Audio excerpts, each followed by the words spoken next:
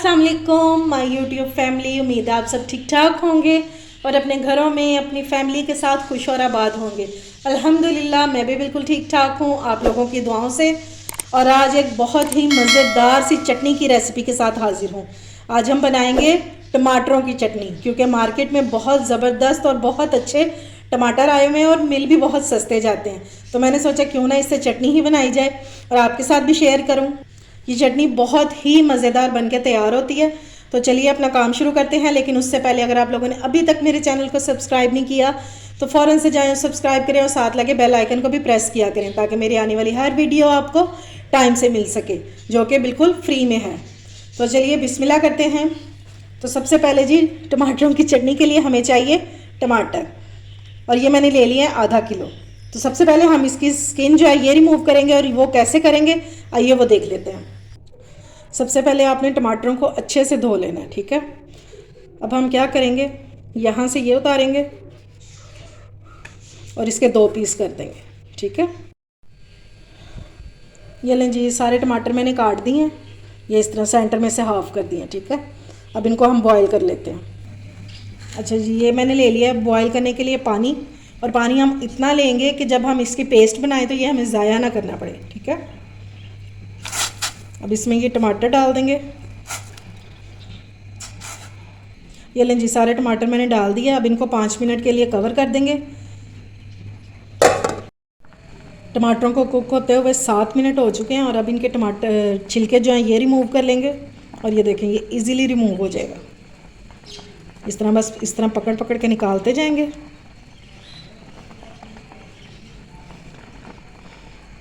और फिर इनको थोड़ा सा ठंडा कर लेंगे, और फिर मैं आगे आपको बताती हूँ कि इसकी चटनी हम किस तरह बनाएंगे।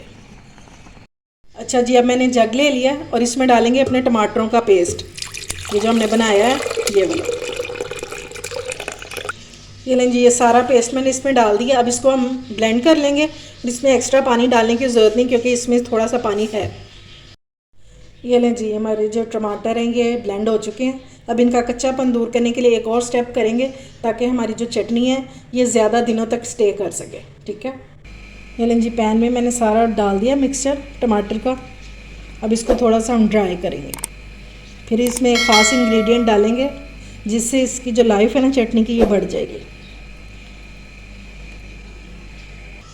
अच्छा जी, जब तक हमारे टमाटरों का पानी जो है ड्राई होता है तो हम तब तक बाकी चटनी तैयार कर लेते हैं।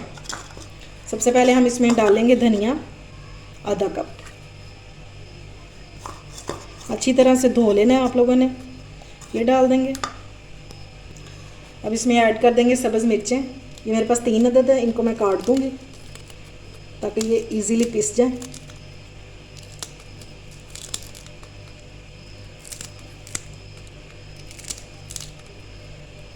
चलें जी, अब इसमें ऐड कर देंगे पुदीना आधा कप या 4 टेबलस्पून जितना, ठीक है। अब इसमें डालेंगे लहसुन के जवे। ये मेरे पास छोटे वाले हैं तो ये मैं 6 अदद डाल रही हूँ। हाफ़ टी स्पून नमक ऐड करेंगे, 1/4 टीस्पून इसमें चिली फ्लेक्स ऐड करेंगे, भुना कुटा ज़ीरा जाएगा 1/2 टीस्पून, और ब्लैक पेपर जाएगी 1/4 टीस्पून। अब इसको ब्लेंड कर लेंगे।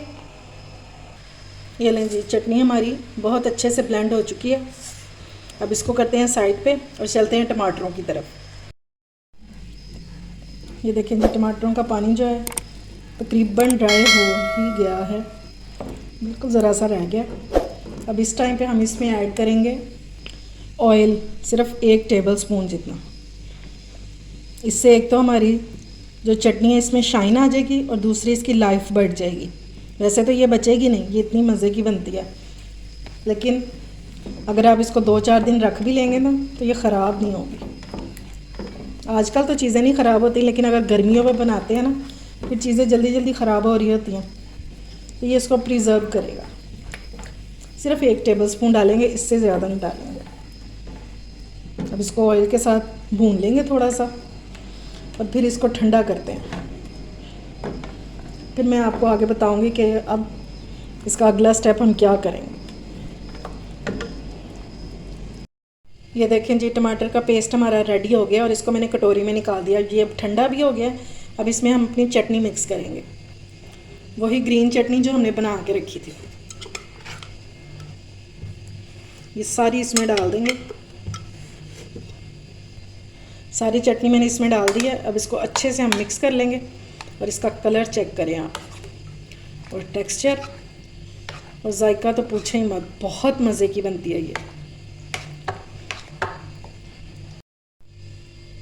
ये लें जी, माशाल्लाह से हमारी चटनी हो गई है रेडी।